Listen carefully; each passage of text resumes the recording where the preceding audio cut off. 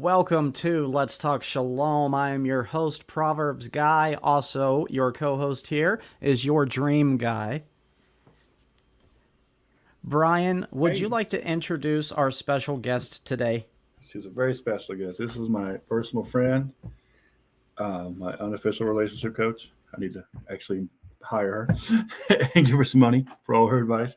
And one of our coaches on the Dream Helper Network, life coach, relationship coach, Annalisa O'Toole, also a podcast host. Thank you so much, Brian. It's great to be here with you guys. I really appreciate the opportunity. Yeah, thank you so much for coming and being here with us today.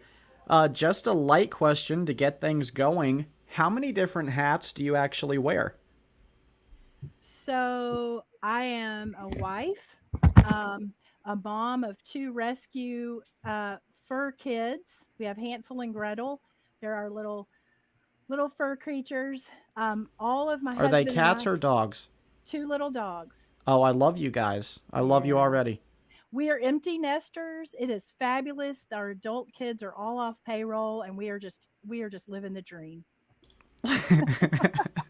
Awesome. So, and the other hat I wear is, as you introduced me, Brian, my hat is a life and relationship coach, and I started my business in 2007 in a little town called Loganville, Georgia, and um, ever since then, I have seen probably thousands of clients by now, and I've developed some really awesome programs that I'm going to be publishing later this year, where it's actually a DIY, which means, okay, me and my partner, we can't make it to counseling, or hey, you live way up in Young Harris now, so we're still in Atlanta. And so, what can we do because we need help? And I'm going to offer these fabulous programs that allow people, it's like watching a documentary or a video, and it allows them to do the lessons that I teach in my sessions at their own pace in their own time. Is that not so awesome? And so they can actually get that relationship coaching on their own. And it's going to be fabulous because people are really desperate for communication skills, learning the true secrets to, you know, deep compatibility and intimacy and so much more. So it's exciting. I love what I do.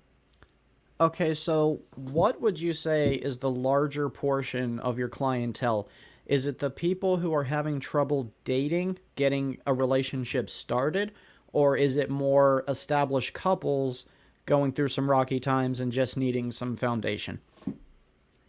I would say the majority of my clientele are couples, but my second largest are individuals dating that are having different experiences.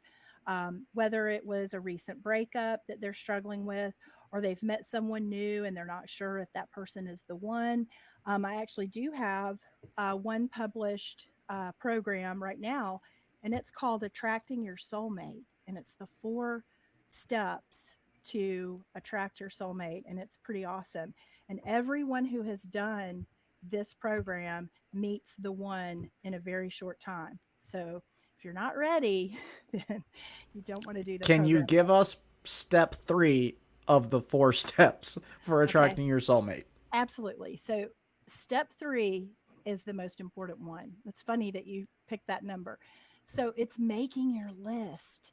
You've got to have your requirements, your must haves, your list of red flags, and your list of absolute deal breakers. So if a person knows who they are inside, and they know what they're passionate about in life, and they know where their values and priorities, what those are for them, then they can better determine the best. Obviously we can't pick the perfect 100% matched person, but we can have our list of ideals. God knows more than we know, so we just have to trust in him and pray over this list. And I ask all of my clients, I encourage you to keep this list in your Bible. But if you know what you want, then you have a stronger chance of meeting that person.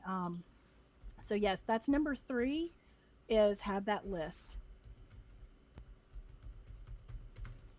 I hear some Okay. typing going on. You guys.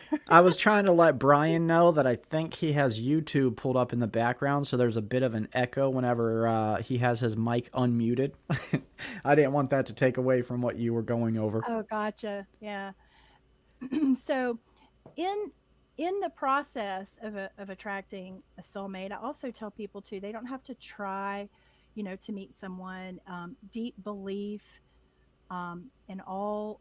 I elaborate a lot about, what that means to really deeply believe. And one of the steps is, you know, about that belief is believing that there is that one person that God has planned for you, and that one person who can love you for everything about you, even your weaknesses. So Now, these it's 4 points, though, the four Mhm. points to attracting your soulmate, is this something that's laid out in your program, or is this something that's in one of your works? I have had paid sessions with people who come for dating advice and want to learn these steps, but it is also in the program. And I have priced this program so inexpensive that it is crazy. It is only $29.99. So that's, you know, a couple of, fast food runs. You could have the money for meeting the love of your life. So it's very reasonable, and it's only 29 minutes. So it's not this long drawn out. And actually 12 minutes of that program is actually dating tips. That's a bonus at the end. So it's a very, very short program. It gets right to the point. And it just really helps people understand that, if you consciously, shift your mindset to the believing that you can meet the person and then follow the steps, it really is something that works. So, I'd like to throw something what Annalisa said, which is that's awesome, and just to encourage people in that. Proverbs guy might know the proverb says, "Buy wisdom as if it was silver." I mean, like buying a book. A book's like $15, and you get 20, 30 years of experience that you can read in 8 hours for $15 and change your life for $15. That's amazing. But 30 minutes of wisdom for $30 is like the price of going out to eat once some places. But you can right, totally change your life and save yourself years and years of waiting and heartache and all this for the price of like going to Olive Garden once, right. or going to Starbucks 3 times. I mean, that's an incredible investment of all this wisdom and all this experience and all these people you've talked to and all this training you've had is condensed into 30 minutes, and they can get it for $30. Mhm. That's just an incredibly wise use of money. That's an incredible investment in themselves and their future partner and their families. And Right, In my I don't opinion. care how tight your schedule is, any one of us can find 29 minutes out of our time. right. If it's important to you, what you invest in grows bigger. So what you put yourself involved in will expand. So if you decide and make that decision to learn more, no matter what the life coaching appointment is about, it could be because you're feeling less social and feeling sad a lot, but you don't think you're depressed, or maybe you do feel depressed. Maybe you don't know what you want to be when you grow up. Maybe you need to discover your calling session. Maybe you're having trouble. This is the biggest one. If you asked me, what is the number one problem people come to you with, regardless if they're single or married, I would say communication skills, because people are so bombarded right now with the way that people talk in the media and on TV. And what they're doing is they're not talking in a way that fosters and embraces unity. They talk in a way that, here's my way, you've got to be crazy.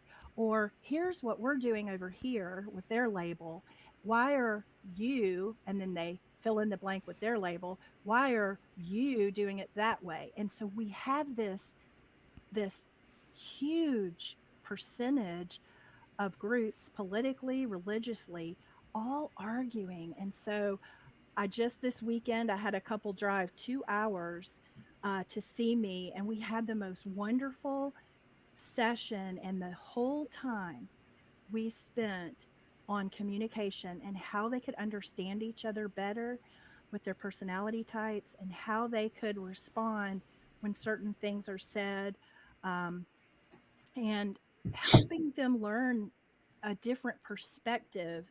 So it's wonderful, to be able to do that. When I first started my business, this is kind of funny. I literally felt like a referee because these two people, they would go at it. Have you ever had that happen, Brian? That's why you keep all the offices, all the items in the office are made of plush or pillows. No Right. hard objects, no glass.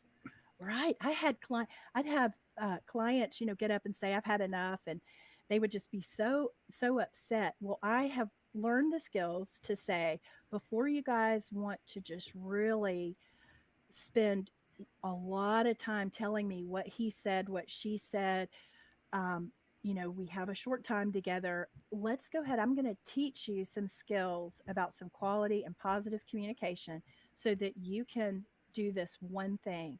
You can have mature, calm, productive conversations that do not lead to arguments.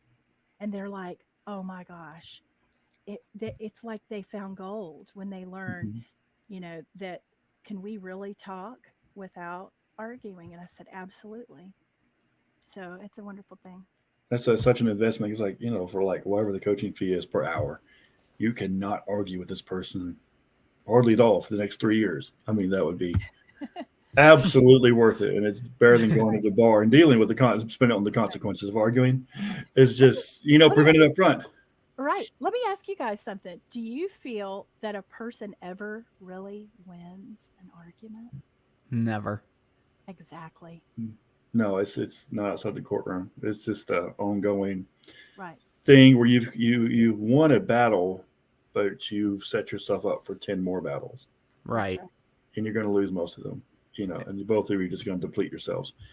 And if you're on the same side, that's not good. It's like a civil war. It destroys the country in the end. No matter who wins it, it destroys the country. It's true. I would I like go ahead, Stephen. I would just like to know what got you started. What made you wake up one day and realize I can offer other people help with their relationships, and that's what I'm called to do. That's a great question. So I woke up one day very unhappy with my own relationship, very troubled with the family background and the problems there. And also, I didn't know what I wanted to be when I grew up. So I had lack of purpose. I was struggling financially. My relationship was in jeopardy. I had two little girls. And I said, there has got to be more to life. And so I started down a path of trying to discover my own calling. And in that small little season, this is a huge thing. When you start contemplating clarity for something in your life, and you're asking God and you're praying about it, you better be ready because those signs will show up like all around, but you've got to be in tune. It might be a song on the radio, it might be a billboard, it might be a friend. And I had so many things happen. I had a friend say, have you ever heard of life coaching? I'm like, no, what is that? She said, well, I know you're going to school to get your BA in Christian counseling. And I know that you really want to help people because you really want them to not feel how you felt with all the situations. I lost a young child, my firstborn child. So I understand deeply the tremendous grief and how it can feel to lose someone that you love, especially a child. I've been through a divorce. I came from a blended family as a young girl. I had a lot of things that I went through, and so I yearned to help other people who were going through the same things. So that was the reason I chose to become a life coach. And when someone said, you would be great at that, I was going down the counselor's, path. and decided life coaching fit me a little bit better because, and I get this question a lot, what's the difference between a counselor and a life coach? A counselor gets deeply involved in childhood trauma and childhood psychology, the Hmm. past. But a life coach, start on the starting line today. Some of those things probably do need to be talked about, but we don't dwell on them and go through a long process of those things. I'm more motivating and inspirational in starting with today and moving forward in a positive way and taking action steps moving forward, because we can't change the past, but we can change our tomorrows. Well, And and you touched on something that was really profound, and I'm sure, Brian, you've dealt with this too, so you guys can both address it.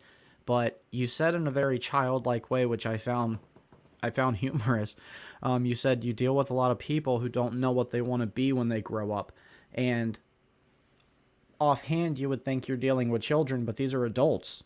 These are adults, some 20s, 30s, 40 years old. They don't know what they want to be. They never Right. established their purpose.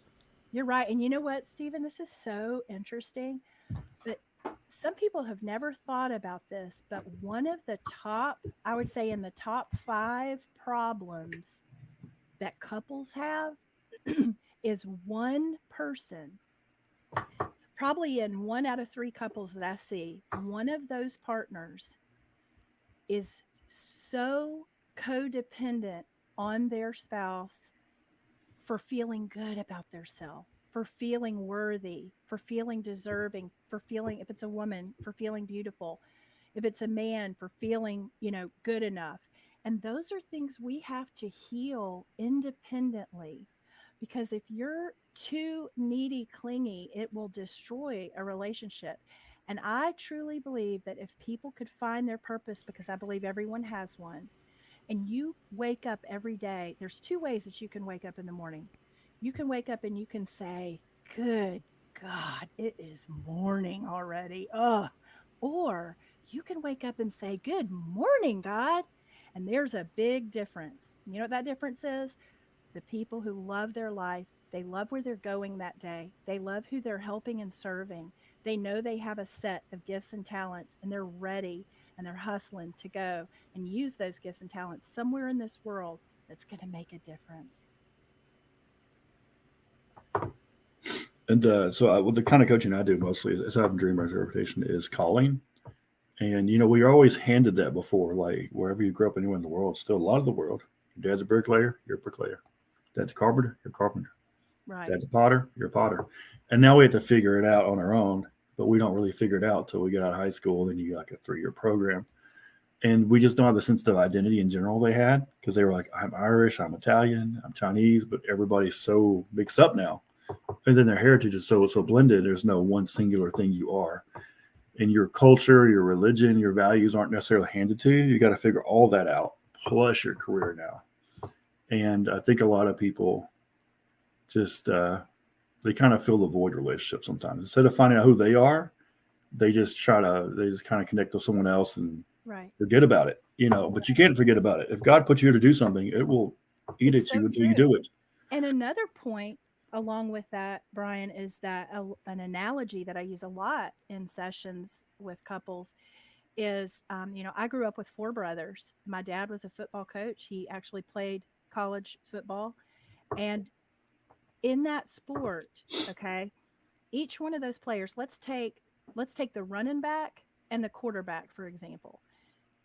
Those guys, and my husband was just talking about this the other day with his high school that he really follows and loves to learn about. This coach, the parents will think, "Oh, the coach is huddling up. Okay, practice is over." But then the individual coaches, the offense line coach, the defensive line coach, they gather those players to practice their individual skill, because the team is only as great as each of the individual players. So you've got to sharpen your saw individually and then you come to the team. Well, marriage and relationships are the same way. Individually, you've got to be your very best. You've got to heal your past trauma. You've got to know what your purpose is and feel great about life, because you know what? It makes you a more interesting partner because you've got something going on and you're less dependent on them to feel good about life and yourself.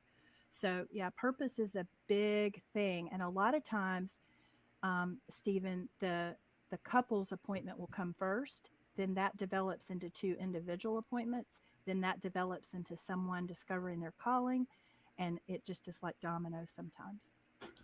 Do you think that calling is sort of almost a prerequisite? Like in the Bible, you married inside your tribe. The Levites are priests, Judah was rulers, Danites were sailors. It was kind of handed to people. You married in your tribe. You married someone with a compatible lifestyle and calling. Mhm. Do you think it's advisable someone figures out their calling before they find a mate? Or if you're already married, how do you find a way to make your callings mesh together? If Oh, you're not in that, great question, Brian. Yeah, that's a great question. I have a very You have to deep. match that with a great answer, and you will. I you promise you. have Yeah, to it go comes back through. and tell us who your dad played with. I mean, you can't just pass Are right you by that. sure? Oh, I Yeah. might lose clients if I do that. Okay, so I'll just go ahead and spill the beans that he played for Auburn. So Oh, great. yeah, he did. And but Great. what's interesting is he was there when Irk Russell was the head coach, and then I went to Georgia Southern, and so fast forward all those years later, my brother walked on with Georgia Southern his freshman year under Irk Russell. Amazing, right? Well, I'll tell you, I grew up loving college football. It was an idol in my life, so I don't follow it anymore. But I was a diehard Gators fan, so I hated Alabama and I loved Auburn. So yay in my book for your dad.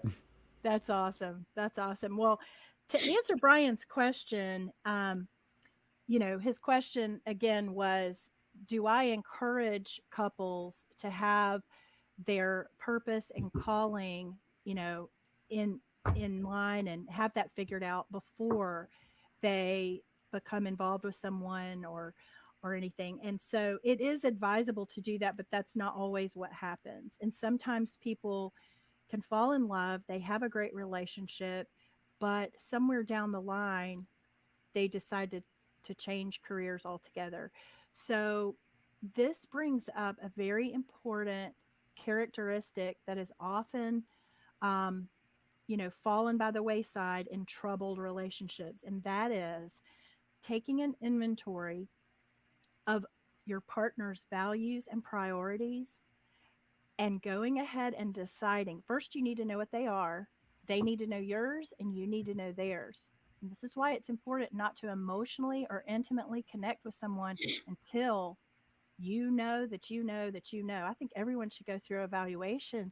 That's what dating is, right? We're evaluating, we're learning more about the person. But if you know what your partner's values and priorities are, then you've got to be willing to respect and support those and not try to change them. The number one problem I see in relationships is that one person trying to change the other, having a set of expectations. Do you know there's only three places that expectations should exist? A teacher to a student, a parent to a child, and an employer to an employee. As adults, we don't tell someone else, you need to do this or you need to do that. Mm. They are an individual person with a set of values and priorities, and hopefully walking with the Lord and getting guidance.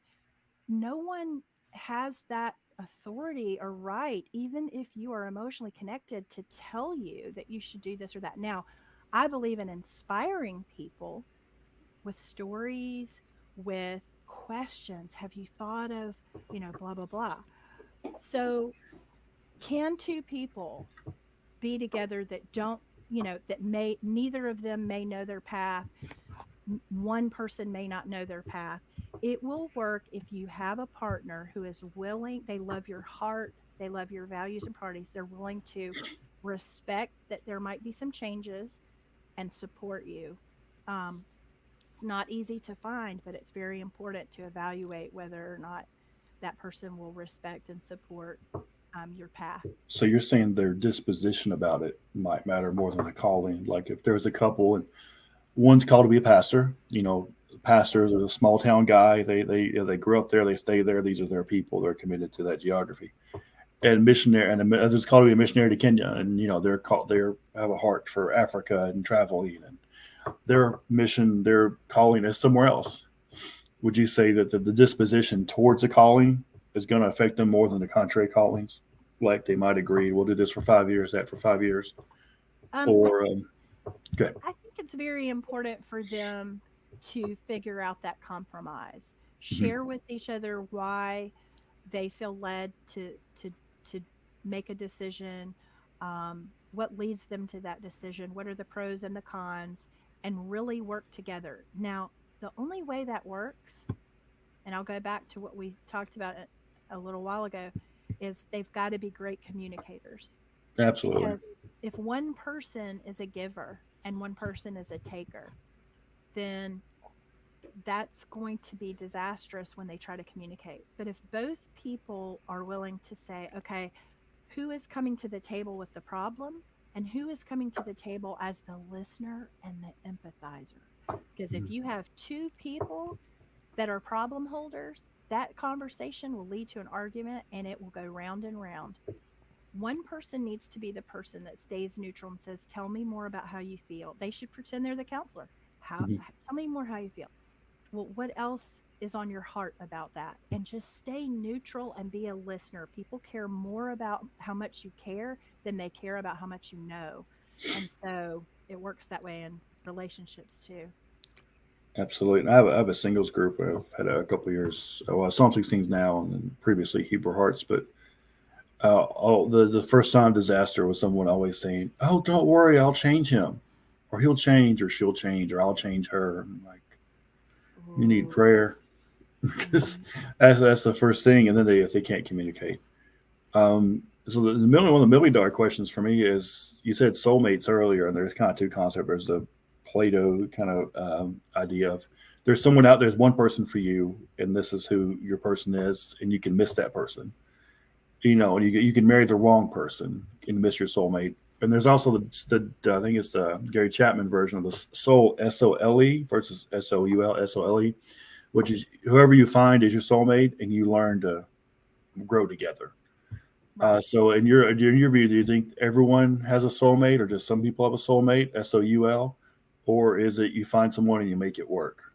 Or what's your kind of view on that? Well, I feel that biblically, if you find someone and you fall in love, you should, and you decide to get married and be together, you should do everything you can to work that relationship out. It's very easy to say, oh, but I've met this person over here and I think they might be my soulmate. Well, you know why the grass looks greener over there is because there's sewage over there. They're over the septic tank. Yeah. So the thing is, I believe that you can have multiple soulmates. Soulmates don't have to necessarily define two intimate people, which I think is reserved, of course, biblically for a man and a woman. And also just, being in love and being married, you can be soulmates. But I think you can have like a great, match as a best friend. And sometimes that's termed as soulmates. So it's like a divine appointment. I think so. I think that you can, of course, whenever you're in love, when you're in that loving feeling in a relationship, you believe that person is your soulmate. And you tack on some years, if you didn't do the work in the beginning, identifying their true, deeper character, evaluating their values and their priorities, and we don't think about those things when we're young, then you realize, I don't think this is my soulmate. So, we think we might have our soulmate, but I think it's kind of a fun term. I don't think of it too deeply. I kind of see a little bit of value in both definitions, really. So it's not the completely romanticized. This is one person, because Nicholas Sparks, who wrote all the Message in a Bottle notebook, he left his wife after all these years because he said, she wasn't my soulmate after all, but I found my soulmate.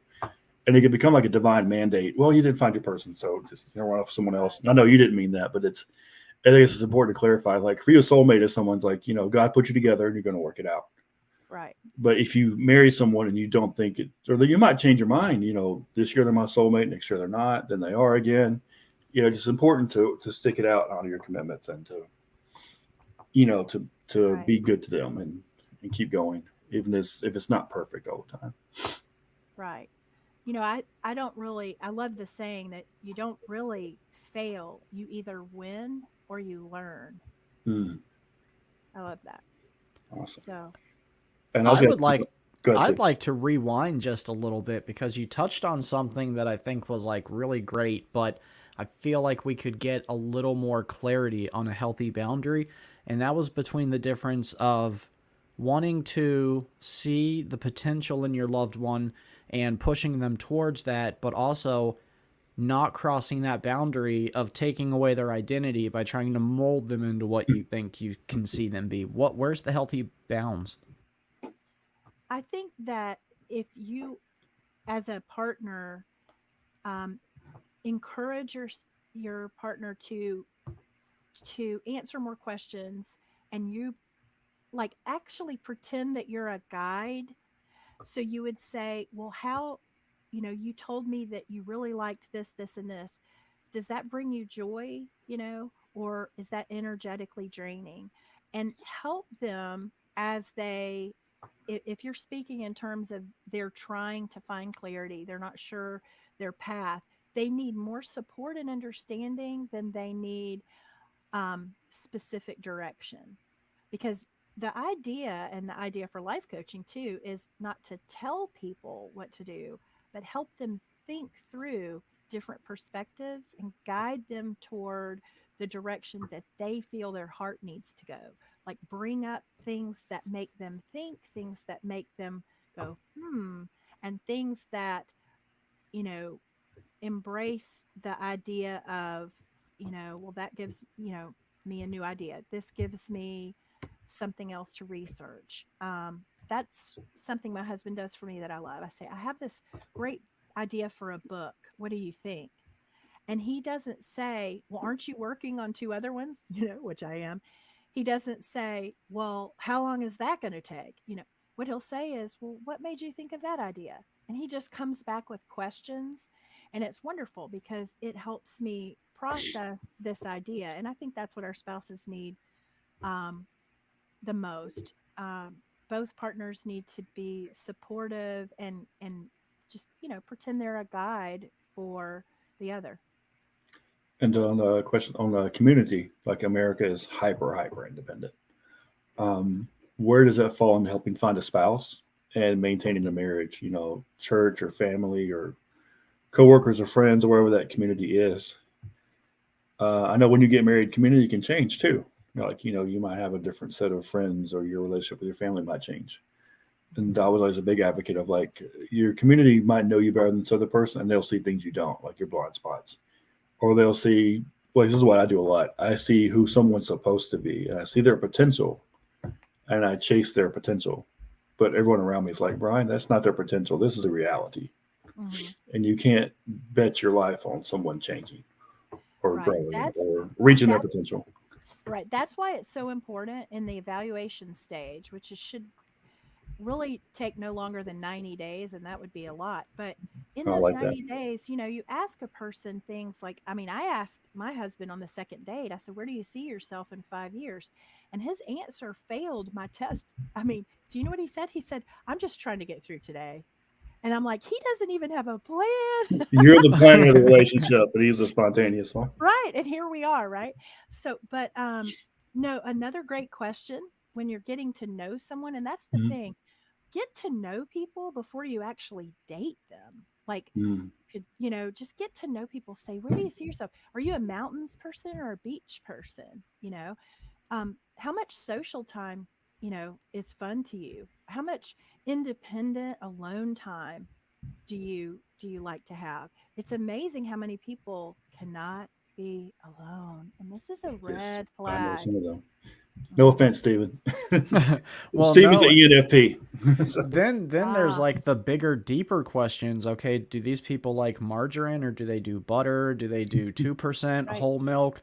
there The are grocery store is vast called Minnie and differences. Dolores. Oh, food is Right. a big thing. Food is Yes, a it big is. thing. But I want to back up. I want to backtrack real quick. So Brian, for those listening, Brian just threw out that Stephen, the 4 letters that identifies Stephen. What those 4 letters are his personality type, which is based on a little evaluation that we do as life coaches.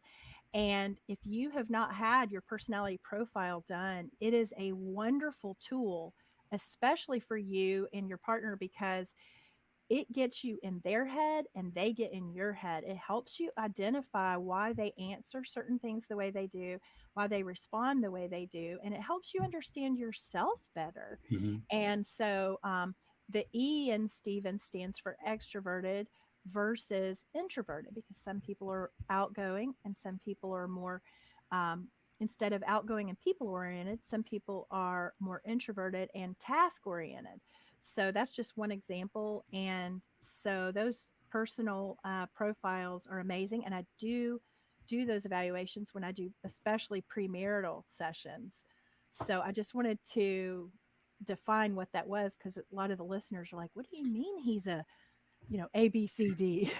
Well, that's great because I was going to ask you like which personality assessments you use. I know the color code is red, blue, white, and yellow, and the reds and blues want to change everyone else, and the yellows and Right. whites don't want to be changed.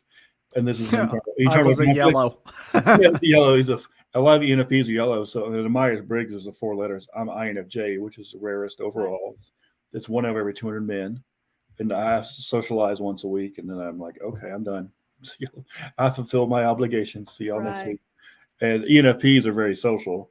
So Stephen loves, chatting everybody on the podcast and everything. So, and he's great with social interaction, social intelligence, timing, and personal questions, relational questions. And I'm more informational. I kind of dig for information.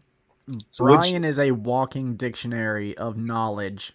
I He's got an the Mr. Wikipedia encyclopedia, but a award. lexicon at the same time. I got the Right. Mr. Wikipedia award at my office 2 weeks ago for East Tennessee. Everybody else got an award, and I wasn't most popular, most handsome. I was Mr. Wikipedia. But so, Annalisa, which personality assessments do you use mostly in your coaching? Is it the Myers Briggs, or do you use a Um, couple of them? I use I use the Briggs Myers. That's also nicknamed the DISC, the DISC, because I Hmm. turn it into a short story for travelers, so people can identify if they were going on the trip, which personality they would be, and Yeah, I yeah. make it like a real fun activity. So yeah. We did at my regional office meeting. The director of the whole East Tennessee had them divide up into groups, and then they had to plan a trip according to their type, so they could understand. So it Right. worked out really So well. here's It was very something too. efficient. That's great. Did it really? That So was great something because they're else like, that's interesting, okay. right? Well, there's a Christian author, and I love all of his books, and his name is Andy Andrews. And in The Traveler's Gift, if you're not familiar, he actually uh, writes about these, but in order to preserve the founders and the creators of these personality types, he used animals. And so it was really Uh, cute because he gave each one an animal. So I know you spoke, Stephen, of the colors. So there's the color personality, there's the disc, and then there's I don't even know, what do you call is it the the one? fox and the lion? And there were two I more. The CIA think, uses one of those. They I use the think 4 animals. there's a cat and there's a fish, and I think there's a dog in his book. Okay. But then there is another one where there's a Christian group that came out with a set of animals, but they're different than the ones Andy gave. But anyway, um, Well, this might be a little hard for you to answer because you just described so many different uses for the same type of testing. mhm. But are there any two personality types that you come across after testing these couples and you cringe because you know it's going to be a uphill battle for them? Yes. Can I, you share? if an I is with a C, it is disastrous. Okay, but let me go one step further. An I is a person who's very talkative and energetic and outgoing, life of the party, social butterfly, tends to run late, um, very, very people oriented. Okay. NENFP. And could be flighty, could be forgetful. Did I say talkative? Oh, and then they're very talkative. The Did I yellow. mention how talkative they are? Right. Mhm. Okay. A C is a quiet, very analytical person whose mind processes things in the order of facts. The I is processing the fun. Okay. The C is processing if they pass down a road, and there's two pastures, one side and the other side, and there's goats. They would ask the question, I wonder how those goats get from one side to the other. It's the same herd of goats. And that same C personality is the guy who would ask you if Adam in the Bible, I wonder if Adam had a belly button. They're just so intellectual, right? Mhm. And the would answer that and say, who cares? Right? Like, what makes you think of that? Mhm. But the reason these two are oil and water is because it frustrates the sea that everything is a party and fun and laughter and optimistic, and can accuse the I of having unrealistic optimism, where So, that person would say there's no such thing. But yeah, could I get your opinion then on okay, something? All right. sure. So, my girlfriend is an INFP, and Okay. I am, what did you say, Brian? ENFP. Are they good at compatible wise? So you are INFP and she is ENFP, He's the E. She's the I. She is the INFP. and you are. I am so extrovert. He is an ENFP.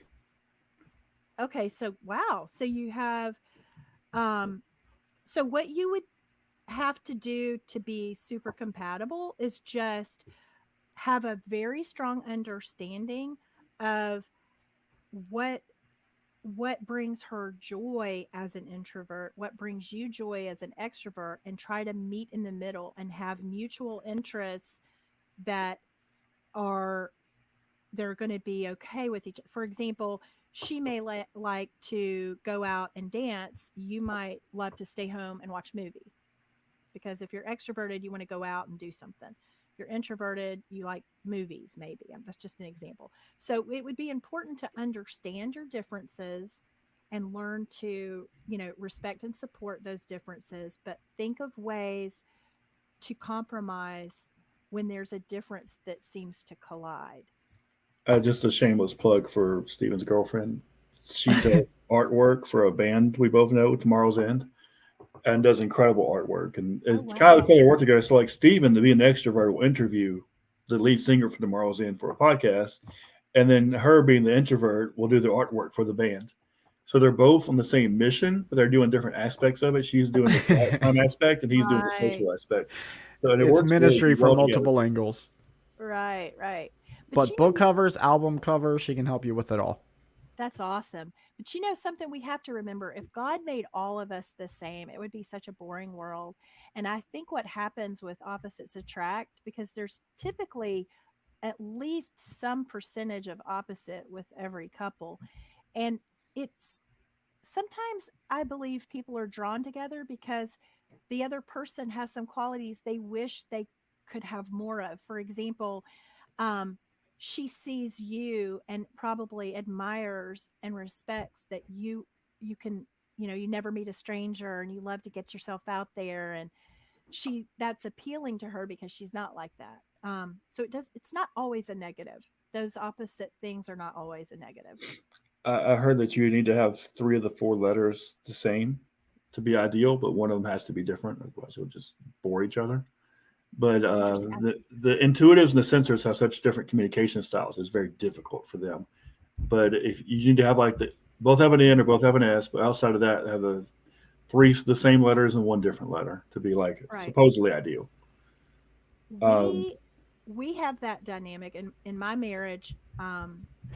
We have the IS. So what happens with communication is we have learned to ask each other a lot of questions, not assume anything. We do not have expectations. And we explain things without getting frustrated. So we've learned to say, I'm not quite sure that I'm following you. Can you explain it to me again? Um, and those kinds of things. So if people, this is another reason why relationship coaching is so awesome, because Mhm. it helps couples figure out, oh, no wonder. So their mind is going here and my mind is going here. How can we meet in the middle? So, So what's you guys Myers-Briggs? um, let me tell you, I was just going to say Oh, something it about got that. personal. Go ahead. No, this is so interesting. I Okay. know So both of them, so I'm trying to guess, but I'll see if I'm right. no, have you ever met somebody that is all four? I'm telling you, I have met 5 people. I'm not kidding you. I have an Mhm. index card in my desk, Mhm. and in the last 16 years, I have only met 5 people, and I have their names written down, and my husband is one of them, that literally has a balance of all So 4. he's on the cusp of everything. He has a Sensing, little bit. intuitive, feeling, think, Yes. all of it. He's just So you He is. acknowledge that overall he's always correct in the goal to try to obtain. he can just access whatever personality he needs at the moment, just to pull from. He is the perfect human. He's a CIA. He is. He is He's a such. CIA waiting to happen. We're He is interviewing him next. he is very, very balanced. Now, if he is in the workplace, which he's retired now, but if he's in the workplace, he pulls a high D. Okay. Mhm. If we are at a family reunion, oh, he's an I all the way. He is so much fun. Okay. If we're planning our vacation, and money's involved, he becomes a very high C. And if we're getting ready to go on a trip, he's an S. He's loading the car, he's getting the snacks. It's unbelievable. So it's so funny because He's a Swiss Army knife of human beings. he is. He's one of those multitask tools that you pull out of your pocket that has all the little things in it. So when I was younger, and people can evolve, okay, Mhm. people can pull a high level of one personality and then have second to another one. But as they mature, go through personal growth, especially if they're Christian and they're really involved in growth, whether they read books, they are part of groups, they are invested in sharpening their saw in some way, right? Then I have seen people actually grow out of a particular personality. I was a very high I as a young 20 and 30, Mhm. 30 something. And I'm much more of an S now with a little bit of I in there. But I, if do the test today, Mhm. I'm a high S. And I think that color, I was trying to remember the colors because I never used that one, So but I think it's a red's red. the if power, motivated by power. Blue's motivated by relationship or connection. White is Okay. motivated by peace, and yellow is motivated by fun. Okay. So the I would be the yellow. So, but yeah, but people, they can change. Mhm. And it's very fascinating and interesting to study those. And it really helps people in the workplace because if you have a Absolutely. quiet, withdrawn person who just likes to be in the background, you don't want to put her at the front desk in the foyer. She Mhm. would rather work on, QuickBooks than be in the front. And sometimes people are misplaced in the workplace Sure. because, and I think some of the best employers are the ones who offer these tests to their employees because they're going to get the most benefit from knowing where that person's strengths and weaknesses are before they. Absolutely. I study graphology, handwriting analysis, and like in Israel and Germany and France and Italy, you can't get hired at a big corporation for anything management or above without having your handwriting looked at. Not so they can fire you or hire you or not hire you because they know where you fit. Because they realize it's like just like what you said, they lose so many people by placing Right. them in the wrong department. You're fired for performing poorly because you're an extrovert in accounting, not because you're a bad employee, but because you're an extrovert who should be in sales, but you've been stuck in accounting. And they can move you and keep you and save all that money, and you'll do great. Or Well, do you do corporate consulting at all? Like if someone had a business or a company, could they call you and say, "Hey, can you come work with my employees to see how they could get along better or see where I could best place them?" I do not do that, but one of my partner coaches, she does, and she's actually got 3 different appointments set up to speak for the staff at 3 different DFACS departments, and I'm so proud of her. Oh, awesome. Yes, she is a specialist in personal empowerment and productivity and awakening people's vision for feeling and understanding the mindset and how important it is to shift your mindset to no limits. There's no limits. What we think are limits are actually our fears. Mm-hmm. So I think it's wonderful. She's going to go and talk with those groups. That is amazing, especially the state being open to that. Kind of in the South, I work for the state of Tennessee, and my chain of command isn't really open to the personality stuff, but a lot of places. But Brian, I wanted to thank you because you gave me that little nugget about considering signing up and being a part of teaching the co-parenting class for couples who are going through a divorce. Mm-hmm. Because one of the most important things for couples who are breaking up, the unfortunate thing about divorce is, the anger that comes along with that, the sadness of the children, but there's so many different issues that come with that. But teaching that co-parenting class would be a wonderful thing. And for those listeners who may be co-parenting, I'm sure that you understand the positives and negatives that come along with that. And there's some people who just, they really go MIA in participating in co-parenting. And it's really important to have that communication strengthened when you're trying to raise children, but not in the same home. Just try to kind of avoid the conflict. Some people enjoy conflict and some people avoid it. And then it's like amplified in divorce, but it's almost a ministry almost, because you can totally change a child's life post-divorce by helping their parents to get along. And so many things we do, we chalk it off as secular psychiatry, but I mean, this was a job of a rabbi or a priest or a pastor. Most of history is to facilitate these kind of things. Right. A pastor's job as a shepherd is to heal relationships. Right. And children are going to mirror parents' feelings.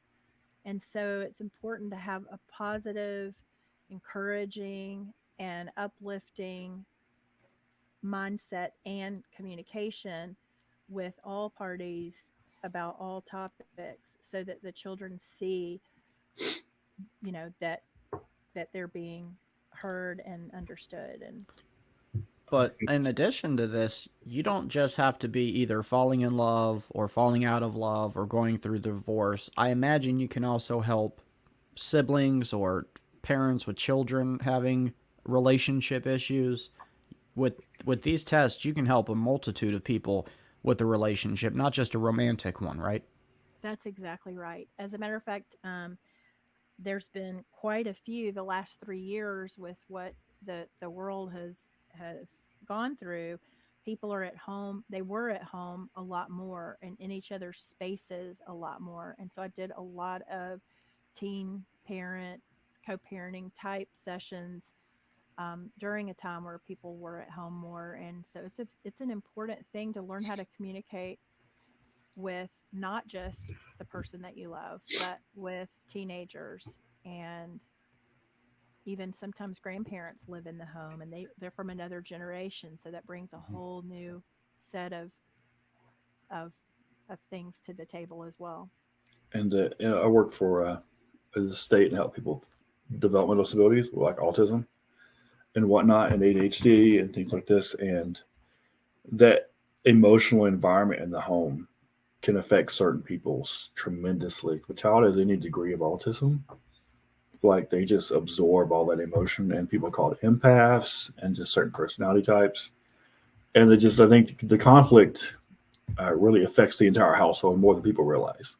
We don't realize how important it is to address it, because we often don't realize how much that conflict is affecting other people. Not just the person we have conflict with, but everyone else in that situation, like the entire office, the entire household, et cetera, et cetera. Mm-hmm. You're exactly right. I was going to ask you real quick, because it just kind of lit me up inside in a good way. Like, yes, someone gets it. What we were talking about earlier about maybe intentional dating is like, we don't say, oh, you're cute, let's go out and I can invest all my time, money, and energy into seeing if you're going to work or not. that's something better done on the front end. Like establish someone's values before you start.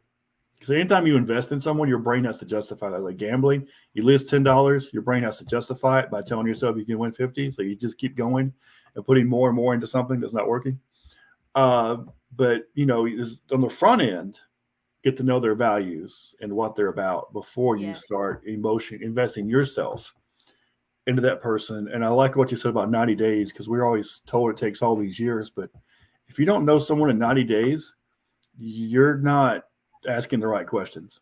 Right. And there's also some things, Brian, that I feel are important in dating and in that 90-day trial Mhm. and evaluation.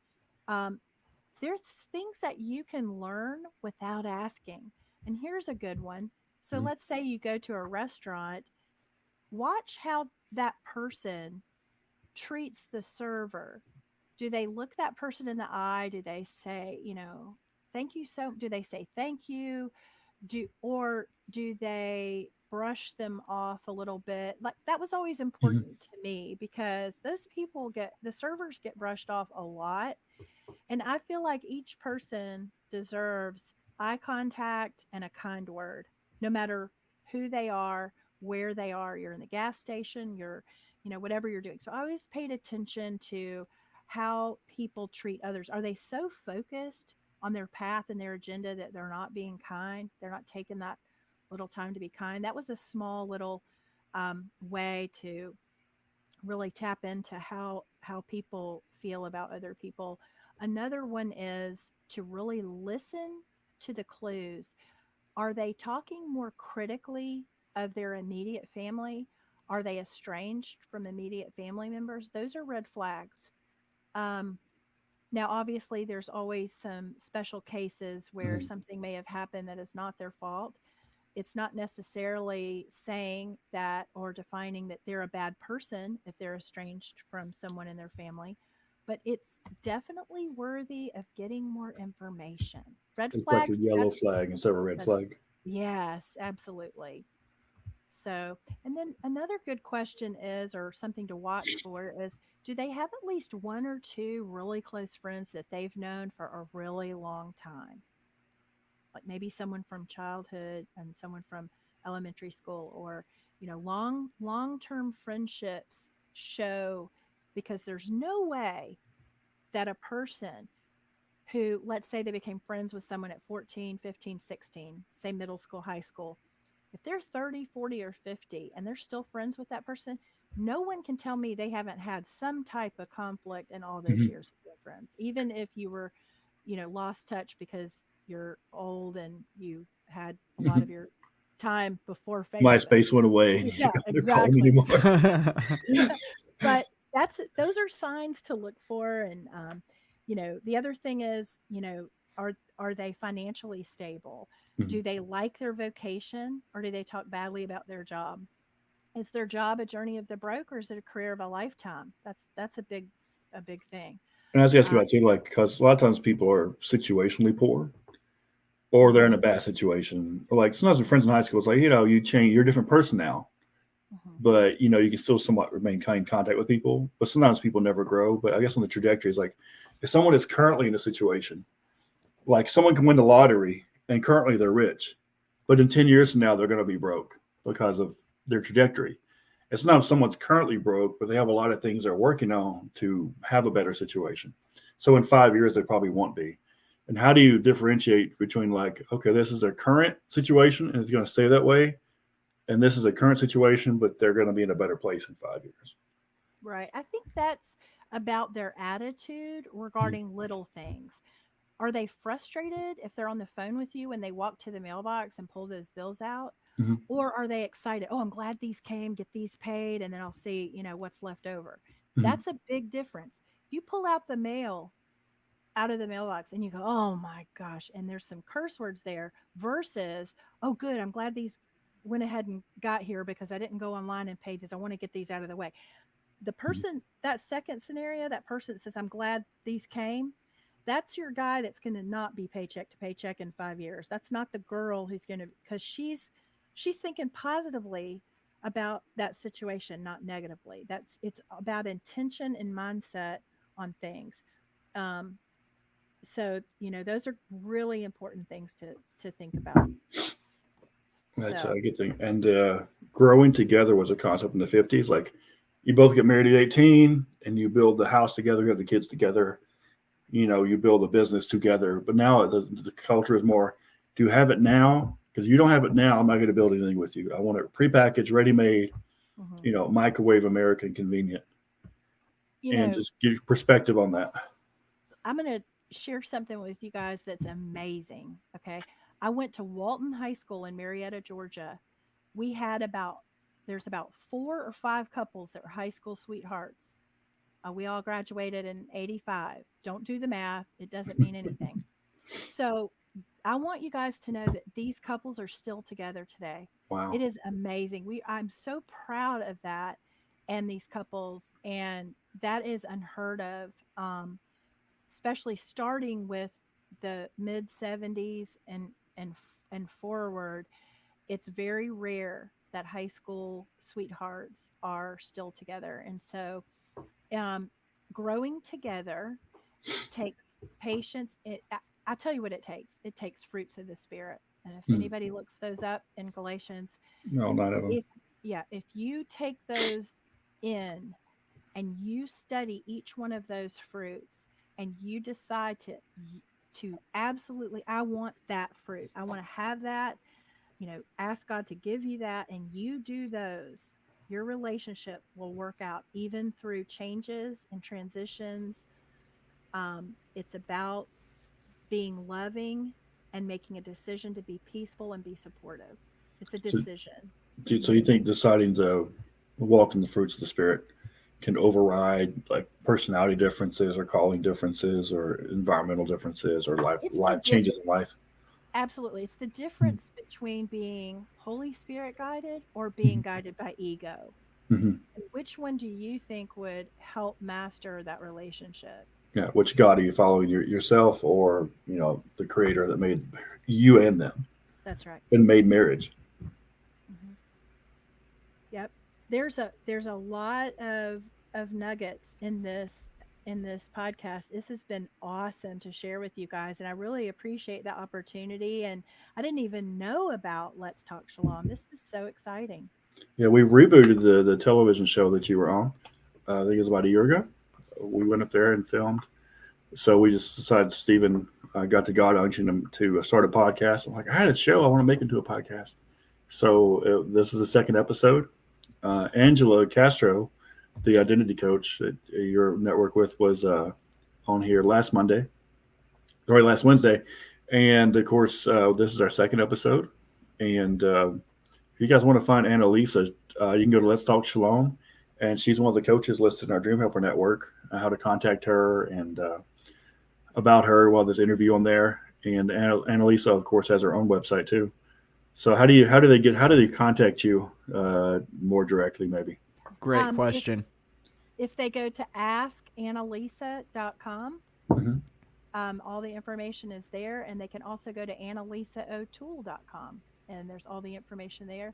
And I would love to connect. Awesome. And you guys also, if you have trouble finding that, just reach out to me or Stephen, and we can connect you with her. And the O'Toole is with an E at the end. Yes. That's right. Can I ask you one final question? Absolutely. Is there any relationship you can't help? For someone out there who just feels like they're past that It's a point? good one. I can help anyone of any background, any um, belief system, any trouble that they've had, regardless of their trauma, their past, their belief.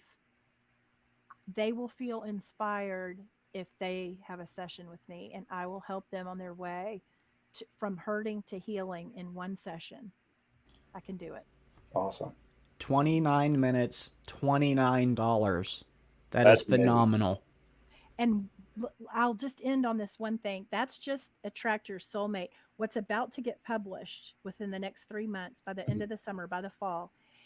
Are you ready, guys? This is so exciting. It's How Love Grows. It will be phenomenal. It's a 2-hour program documentary that I'm creating. It is A to Z, everything a couple needs to have a successful, loving, intimate, best friendship, soulmate relationship. And it's going to be expensive, but it is so worth it. It's still far less than it would cost you to have 3 or 6 sessions where you have to figure out your work schedules and get in the car and go Mm-hmm. to the counselor. This is where they can go home. They can go straight to the part that they want to go to the most. If they want to go to the communication section, great. They can fast forward it to the section on business and romance, whatever section. And then at the end of it, it will cover all of the most common problems from I think my partner is cheating, or I just don't feel heard. My partner doesn't listen. My partner is emotionally unavailable. My partner this, my partner that. So these questions and these common problems with couples will be all featured at the end of it. And I'm so excited about it. And so maybe when that comes out, maybe I'd love to be a guest again and we can talk more about it. Oh, we'd love to have you. I'd Okay, love great. it. Brian would love it. You're going to have to come back. And Okay, I have a great. singles group, and I know other people with singles groups, so we're gonna share this to all the singles groups too. Yes, it's It's a lot of absolutely nuggets in there that they need. there is. And it can be I was going to come out with the one specifically designed for singles. It's Mhm. it's it's the same information, but it is presented as if they're not currently in a relationship, which is Oh, very helpful. sweet. So yeah. So Absolutely. thanks so much, guys. This has been so much fun. Oh, yes, We ma'am. really We appreciate enjoyed you. it too. Awesome. Well, I hope you guys have a great night. And so, Brian, can you tell us again what your website is for finding the coaches with your team? Yeah, so I've got Let's Talk Shalom is the website for this podcast, plus Okay. my media stuff. I added all you guys on there on the coaching coaches on Let's Talk Shalom. Just letstalkshalom.com. Oh, There's a okay, drop great. down for coaches, and also Psalm 16 Ministry. I have trouble with the Google search, but Psalm16ministry.com. There's Okay. also the drop down over there for the coaches, and on shalomtoyourheart.com, our library. Every topic, I've got a coach for that section, that coach for that topic. Like someone looks up relationships on shalomtoyourheart.com/relationships, you'll see Annalisa at the top and how to contact her. Great. Thank you so much. You're It welcome. is a great resource. All right. Super. Well, everybody, we're so glad you listened to this. Please share it with your friends and definitely check out Annalisa and life coaching, relationship help, all of the above. She can help you. Doesn't have to be romantic. She can help you with that relationship with your mom or your mother-in-law, and there is hope. Anything, Brian? Let's talk shalom.com. Feel free to like, share, subscribe, donate, and definitely look at all the coaches we have on there for relationships or grieving or identity or trauma or your health or your dreams or whatever you need help with. We got somebody that can help you. All right. Good night, everybody. Awesome. Good night.